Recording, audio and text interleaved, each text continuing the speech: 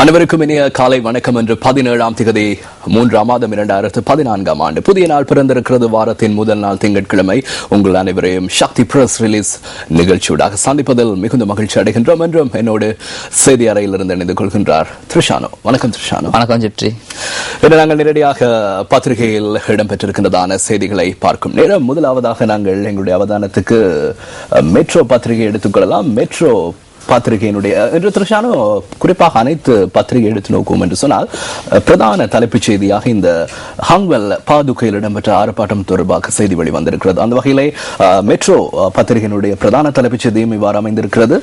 பாதுகையில் ஆர்ப்பாட்டக்காரர்களால் வீழ்த்தப்பட்ட மரத்தில் சிக்கிய பொருளை போலீஸ் OIC மரணம். ஆர்ப்பாட்டக்காரர்கள் நேற்று முன்தினம் முன்னெடுத்திருந்த, அதாவது ஒரு ரப்பர் தொழிற்சாலைக்கு எதிராக முன்னெடுத்திருந்த ஆர்ப்பாட்டம் இது. அதனைத் தொடர்ந்து நேற்றைய தினம் இந்த ஆர்ப்பாட்டம் வலுத்திருந்தது. இதன் போது ஆர்ப்பாட்டக்காரர்கள் ஒரு மரம் ஒன்றை வெட்டிய போது பொருளை போலீஸ் OIC அங்கு சென்றிருந்ததாகவும், அவர் அகழ்வு பணிகளில் ஈடுபட்டிருந்த நேரம் மரத்தின் கீழ் சிக்குண்டு அதன் பிறகு பலத்த காயமடைந்த நிலையில் அவிசாவளை வைத்தியசாலையில் அனுமதிக்கப்பட்டு அதன் பிறகு சிகிச்சை பலனின்றி உயிரிழந்ததாகவும் இந்த தகவல் தெரிவிக்கப்படுகின்றது. அதே நேரம் இங்கு ஜெஃப்ரி மற்றொரு விடயத்தை குறிப்பிட்டாக வேண்டும். அதாவது போலீஸ் ஊடக பேச்சாளர் தெரிவித்துள்ளார், இது ஒரு திட்டமிட்ட செயல். இது ஜெனீவாவில் நடக்கக்கூடிய தற்போது இலங்கைக்கு எதிரான நடவடிக்கைகளின் மற்றொரு கட்டமாக இலங்கையில் சில சதிகாரர்கள் வேண்டுமென்றே திட்டமிட்டு செய்த செயல். ஆகவே ஆர்ப்பாட்டத்தில் ஈடுபட்ட எவரையும் நாம் கைது செய்ய போவதில்லை. 48 பேரை கைது செய்து அவர்களை எச்சரித்து விடுதலை செய்துவிட்டோம். சதிகாரர்களை நிச்சயம் கைது செய்து அவர்களுக்கு எதிராக நடவடிக்கை எடுக்கப்படும். போலீஸ் அதிகாரியின் உயிர் அநியாயமாக பறிக்கப்பட்டதற்கு எதிராக சட்ட நடவடிக்கை கட்டாயம் எடுக்கப்படும் என்பதனை போலீஸ் ஊடக பேச்சாளர் தெரிவித்துள்ளார். இந்த விடயத்தை தொடர்ந்தும் பிரதேசத்தில் தற்போது அமைதி நிலவுவதாகவும் கட்டுப்பாட்டுக்குள் கொண்டு வரப்பட்டதாகவும் தெரிவிக்கப்படுகின்றது. பொறுத்திருந்து பார்ப்போம், விசாரணைகளின் பின்னர் தெரிய வரும். குறிப்பாக 15,000 போலீசார் கடமையில் ஈடுபடுத்தப்பட்டிருப்பதாக தெரிவிக்கப்படுகிறது. குறிப்பாக இந்த விடயத்தை நாங்கள் மீண்டும் ஞாபகப்படுத்த வேண்டும் என்று சொன்னால், என்ன காரணத்தினால் இந்த ஆர்ப்பாட்டம் இடம்பெறுகிறது என்று சொல்லி, அதாவது தொழிற்சாலையிலிருந்து வெளியேறக்கூடிய கழிவு அல்லது அந்த தொழிற்சாலை அவ்விடத்தில் இருப்பதன் காரணமாக அப்பகுதியில் உள்ள மக்களுக்கான குடிநீரில் ஏதோ ஒரு பிரச்சனை இருப்பதாக, சூழல் மாசடைந்து அந்த பகுதியில் உள்ள மக்களுக்கான சுகாதார சீர்கேடு ஏற்படுவதாக தெரிவித்து அந்த ஆர்ப்பாட்டக்காரர்கள் இந்த ஆர்ப்பாட்டத்தை முன்னெடுத்திருக்கிறார்கள். இதன் போது இந்த ஆர்ப்பாட்டத்தை நேற்றைய தினம் கட்டுப்படுத்துவதற்காக கண்ணீர் புகை பிரயோகம் மற்றும் நீர்த்தாகை பிரயோகம் ஆகியன மேற்கொள்ளப்பட்டிருந்தன. இதன் போது சிறு குழந்தைகள் உட்பட பலரும் பாதிக்கப்பட்டதாக ஆர்ப்பாட்டக்காரர்கள் தரப்பில் தெரிவிக்கப்பட்டிருந்தது. இதே விடயத்தை பார்க்கும் போது அண்மையில் ரத்துபஸ்வல சம்பவம் தான் நினைவுக்கு வருகின்றது. அங்கும் இது போன்ற ஒரு தொழிற்சாலையின் காரணமாக பல உயிர்கள் போல இந்த ரத்துபஸ்வல விடயமும் தற்போது ஜெனீவாவில் பேசப்படுகிறது என்பதையும் ஞாபகப்படுத்த வேண்டும்.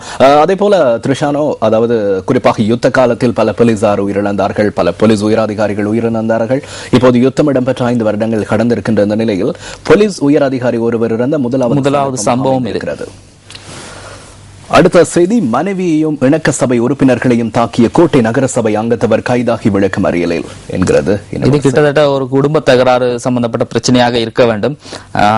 ஆரம்பத்தில் ஏற்பட்ட பிரச்சனை பின்னர் இணக்க சபையில், அதாவது ஒரு பாடசாலையில் வைத்து பேச்சுவார்த்தை நடைபெற்ற போது அவர் மனைவியையும் தாக்கி அதன் பிறகு இணக்க சபை உறுப்பினர்களையும் தாக்கியதாகவும் அதனை அடுத்து அவர் கைது செய்யப்பட்டு சில நாட்களுக்கு விளக்கமறியல் வைக்கப்பட்டுள்ளார்.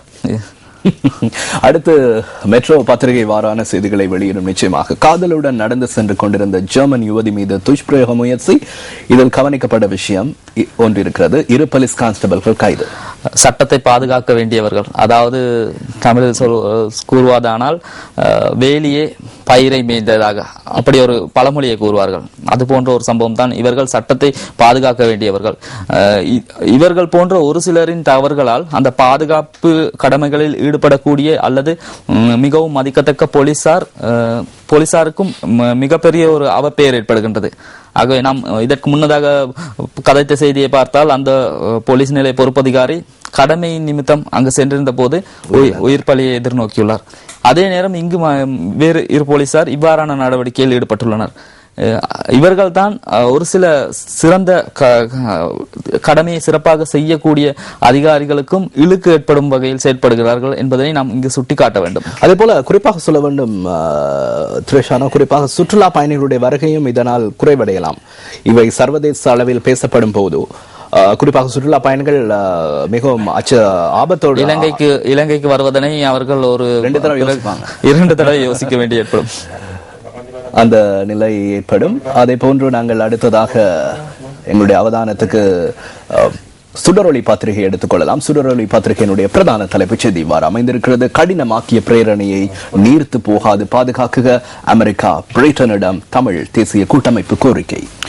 ஜெனீவாவில் கொண்டு வரப்பட உள்ள பிரேரணை தொடர்பான நகல் வரைவு அண்மை காலமாக வெளியிடப்பட்டு தற்போது பல திருத்தங்கள், அதாவது 9 திருத்தங்கள் மேற்கொள்ளப்பட்டுள்ளதாகவே தெரிவிக்கப்படுகின்றது. இந்நிலையில் தமிழ் தேசிய கூட்டமைப்பு இந்த கோரிக்கையை முன்வைத்துள்ளது. திருத்தப்பட்ட நகல் வரைவு அது அவ்வாறே சபையில் சமர்ப்பிக்கப்பட வேண்டும். அதனூடாக மனித உரிமைகள் ஆணையாளர் நாயகம் இலங்கையில் விசாரணையை மேற்கொள்ள முடியும். சர்வதேச பொறிமுறையிலான விசாரணையை அவர் மேற்கொள்ள அது உறுதுணையாக இருக்கும். ஆகவே இந்த வரைவை பாதுகாக்க வேண்டியது அமெரிக்கா மற்றும் பிரிட்டன் ஆகிய நாடுகளுடன் சம்பந்தப்பட்ட பொறுப்பு. அவர்கள் அந்த பொறுப்பை சரிவர செய்து தமிழ் மக்கள் ஏற்றுக்கொள்ளக்கூடிய ஒரு நடவடிக்கை முன்னெடுக்கப்பட வேண்டும் என்ற கோரிக்கையை தமிழ் தேசிய கூட்டமைப்பு முன்வைத்துள்ளது. அடுத்ததாக அமெரிக்கா முடிந்ததை செய்து பார்க்கட்டும் என்கிறது இன்னும் ஒரு செய்தி. இதனை தேசப்பட்டுள்ள தேசிய இயக்கம் சவால் விடுத்திருக்கிறது. சில விடயங்களை சிலர் என்ன சொல்வது, ஏதோ ஒரு சவால், இலங்கையில் இவர்கள் தெரிவிக்கும் கருத்துக்கள் ஜெனீவாவில் தான், இலங்கையில் மாத்திரம்தான் இவர்கள் தெரிவிக்கக்கூடிய கருத்துக்கள் ஜெனீவாவில் ஒழிக்கப் போவதில்லை. சாதாரணமாக பொதுவான ஒரு விடயம். அவர்கள் ஒருவேளை இவர்களில் யாராவது ஒருவரை அங்கு அனுப்பி இந்த கருத்தை தெரிவித்திருந்தால் சற்று சாதகமான சூழ்நிலையாவது ஏற்பட்டிருக்கும். உறுப்பு நாடுகள் இரட்டை நிலைப்பாடு எதுவரையினும் எதிர்கொள்ள அரசு தயார் என்கிறது இன்னும் ஒரு செய்தி. கொழும்பு மீண்டும் சர்ச்சை, கொழும்பு மீண்டும் சவால் என்கிறது இன்னும் ஒரு செய்தி. கஹலியர் அம்புக்கல்ல தெரிவித்துள்ள கருத்து இது. இந்த விடயத்தை பொறுத்தவரை ஏற்கனவே ராஜித சேனாரத்ன அவர்கள் தெரிவித்திருந்தார். இலங்கைக்கு எவ்வாறான நடவடிக்கை எடுக்கப்பட்டாலும் அதனை அரசாங்கம் உரிய முறையில் சர்வதேச ரீதியில் எதிர்கொள்ளும், ஜனாதிபதி அதனை சரியான முறையில் எதிர்கொள்வார் என தெரிவித்திருந்தார். அதே போன்று இலங்கைக்கு எதிராக நடவடிக்கைகள் முன்னெடுக்கப்படும் பட்சத்தில் நேரடியாக ஒன்றையும் செய்ய முடியாது அவர்களால். அவர்கள் பாதுகாப்பு சபையை நாட வேண்டும். இலங்கைக்கு எதிராக பொருளாதார தடை என்பதை நேரடியாக கொண்டு வர முடியாது. பாதுகாப்பு சபையை நாடினால் அதன் மூலம் தான் அவர்கள் அங்கே இது தொடர்பான அறிக்கையை சமர்ப்பித்து வாக்கெடுப்பு நடத்தி அதன் பிறகுதான் அவர்கள் நடவடிக்கை எடுக்க முடியும். அப்படி இருக்கும் பட்சத்தில் ரஷ்யா, சீனா உள்ளிட்ட நாடுகள் நிச்சயமாக இலங்கைக்கு ஆதரவாகவே செயற்படும். இலங்கை அரசாங்கத்தை கைவிடாது என தெரிவித்திருந்தார் அமைச்சர் ராஜித சேனாரத்ன அவர்கள். இதற்கு முன்னர் தெரிவித்திருந்தார். அவ்வாறான ஒரு கருத்தையே அமைச்சர் கெஹலியர் அம்புக்குல்லவையும் அவ்வாறான ஒரு கருத்தையை தற்போது வெளியிட்டுள்ளார். ஆகவே ஜெனீவாவில் கொண்டு வரப்பட உள்ள பிரேரணை தொடர்பாக இலங்கை சரியான நோக்கில் எதிர்கொள்ளும், அவர்களால் ஒன்றும் செய்ய முடியாது என்ற நிலைப்பாட்டை இவர் தெரிவிக்கிறார். குறிப்பாக ஜெனீவா பிரேரணை, ஜெனீவா கூட்டத்தொடருக்கு குறிப்பாக அமைச்சர் மஹிந்த சமரசிங்க, பேராசிரியர் ஜிஎல் பெரிஸ் போன்றோர் சென்றிருக்கின்றார்கள். குறிப்பாக இவர்களையும் அழைத்து சென்றதால் நிச்சயமாக இதற்கான தீர்வு, இவரையும் அழைத்து சென்றால் ஒரு சரியான, ஏனால் பல கருத்துக்களை, பிரயோஜனமான கருத்துக்களை வெளியிடுகின்றார்கள். இவர்களையும் அங்கு அழைத்து சென்றிருந்தால் நிச்சயமாக இலங்கைக்கு ஆதரவு தரக்கூடிய விடயங்களை முன்வைத்திருந்திருப்பார்கள். இந்து சுவாமி சிலை கடத்தல் முறியடிப்பு, இலங்கையர் கைது என்கிறது இன்னும் ஒரு செய்தி. இலங்கைக்கு கடத்தப்படவிருந்த 22 இந்து கடவுள்களின் சிலைகளை தமிழ்நாட்டில் மகாவலிபுரம் பகுதியில் வைத்து தமிழ்நாட்டு போலீசார் கைது செய்துள்ளனர்.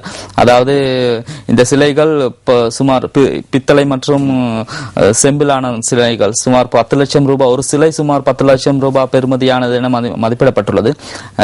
இவற்றை இலங்கைக்கு கொண்டு வர முற்பட்ட போதே கைது செய்யப்பட்டதாகவும் இங்கு தெரிவிக்கப்பட்டுள்ளது. சம்பந்தப்பட்ட நபர் கைது செய்யப்பட்டு அவரிடம் விசாரணை நடத்தப்படுவதாக போலீசார் தகவலை வெளியிட்டுள்ளனர். எதேத கடத்துறாங்க பாருங்க, கடவுள்களையும் விட்டு வைக்க மாட்டாங்க போல. அடுத்து இலங்கை படை தளபதிகள் கச்சத்தீவுக்கு நேற்று விஜயம். கச்சத்தீவு திருவிழா நடைபெற்றுக் கொண்டிருக்கிறது. கச்சத்தீவு புனித அந்தோணியார் திருவிழா நேற்று முன்தினம் ஆரம்பமானது. நேற்றைய தினம் திருப்பலியுடன் பூஜைகள் நடைபெற்று நேற்று காலை பூஜை முடிவுக்கு வந்தது. இந்த விடயத்தில் நாம் முக்கிய ஒரு விடயத்தை குறிப்பிட்டாக வேண்டும். அதாவது கச்சத்தீவில் நடைபெற்ற திருவிழாவில் இந்திய மற்றும் இலங்கை மதகுருமார்கள் ஒன்றிணைந்து திருப்பலியை ஒப்புக் கொடுத்திருந்தார்கள். அத்துடன் இலங்கையிலிருந்து சுமார் 2000 பேர் வரையிலும், இந்தியாவிலிருந்து 3000 பேர் வரையிலும் 5500 பேர் கச்சத்தீவில் திருவிழாவில் திருப்பலியில் பங்கு கொண்டிருந்தார்கள். இதற்கான நடவடிக்கைகளை இலங்கை கடற்படை ஏற்பாடு செய்திருந்தது. அன்று மிகவும் சிறப்பாக முறையில் நடைபெற்ற இந்த திருவிழாவில் கடற்படை உணவு மற்றும் குடிதண்ணீர் வசதிகளை ஏற்பாடு செய்து சுகாதார ஏற்பாடுகளை முன்னெடுத்திருந்தது. கச்சத்தீவை பொறுத்தவரை எல்லோருக்கும் ஒரு புதியதொரு கிட்டத்தட்ட நினைத்தவுடன் செல்லக்கூடிய இடம் அல்லது. அதற்காக காத்திருந்துதான் அவர்கள் அங்கு செல்ல வேண்டும். ஆகவே இவர்கள் ஒரு தமது நோக்கத்தை அடைந்திருக்கிறார் என்று கூற வேண்டும். நிச்சயமாக. அடுத்து ஆசிரியர் தலையங்கம் இவ்வாறு வெளிவந்திருக்கிறது. சுடரொளி பத்திரிகையினுடைய ஆசிரியர் தலையங்கம் மருந்து வகைகளில் அதீத இலாபம், தக்க வேளையில் அரசின் நடவடிக்கை என்கிறது இன்றைய சுடரொளி பத்திரிகையினுடைய ஆசிரியர் தலையங்கம். இன்றைய கேலிச்சித்திரம் இவ்வாறு வெளிவந்திருக்கிறது.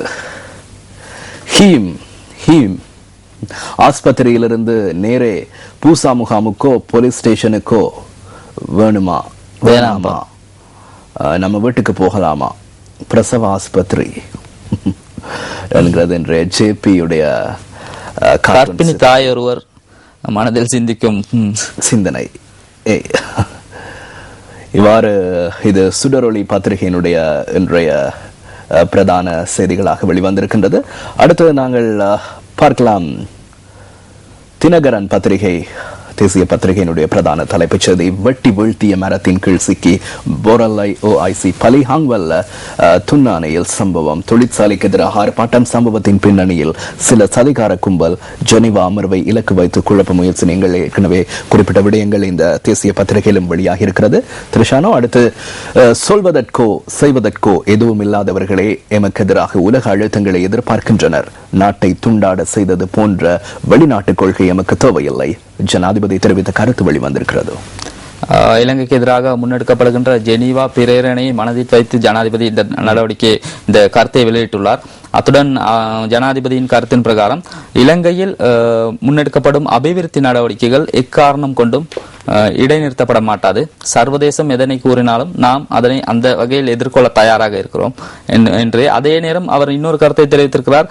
அதாவது ஆதரவற்று இருக்கும், அனாதரவாக கிடக்கக்கூடிய சிலர் இலங்கையில் தமது செல்வாக்கை அதிகரித்துக் கொள்வதற்கு, ஏதோ ஒரு வகையில் தாம் இருக்கிறோம் என்பதை காட்டிக் கொள்வதற்காக இவ்வாறான சூழ்ச்சிகளை செய்து கருத்துக்களை வெளியிடுகின்றார்கள். அதனை கண்டு அஞ்ச வேண்டிய தேவை தமக்கில்லை என்பதை ஜனாதிபதி உறுதியாக தெரிவித்துள்ளார். அடுத்து மீனவர் பிரச்சனைக்கு தீர்வு காண விட்டுக் கொடுப்புடன் செயற்பட தயார். வடபகுதி மீனவர் பட்ட கஷ்டங்கள் எங்களுக்கு தெரியும். கச்சத்தீவிலிருந்து கே அசோக்குமார் எழுதிய இந்த கட்டுரை இன்றைய தினகரன் பத்திரிகையினுடைய செய்தியாக வெளிவந்திருக்கிறது. ராமேஸ்வர மீனவ சங்க தலைவர் எம்ரிட் கூறுகின்றார் என்ற செய்தி.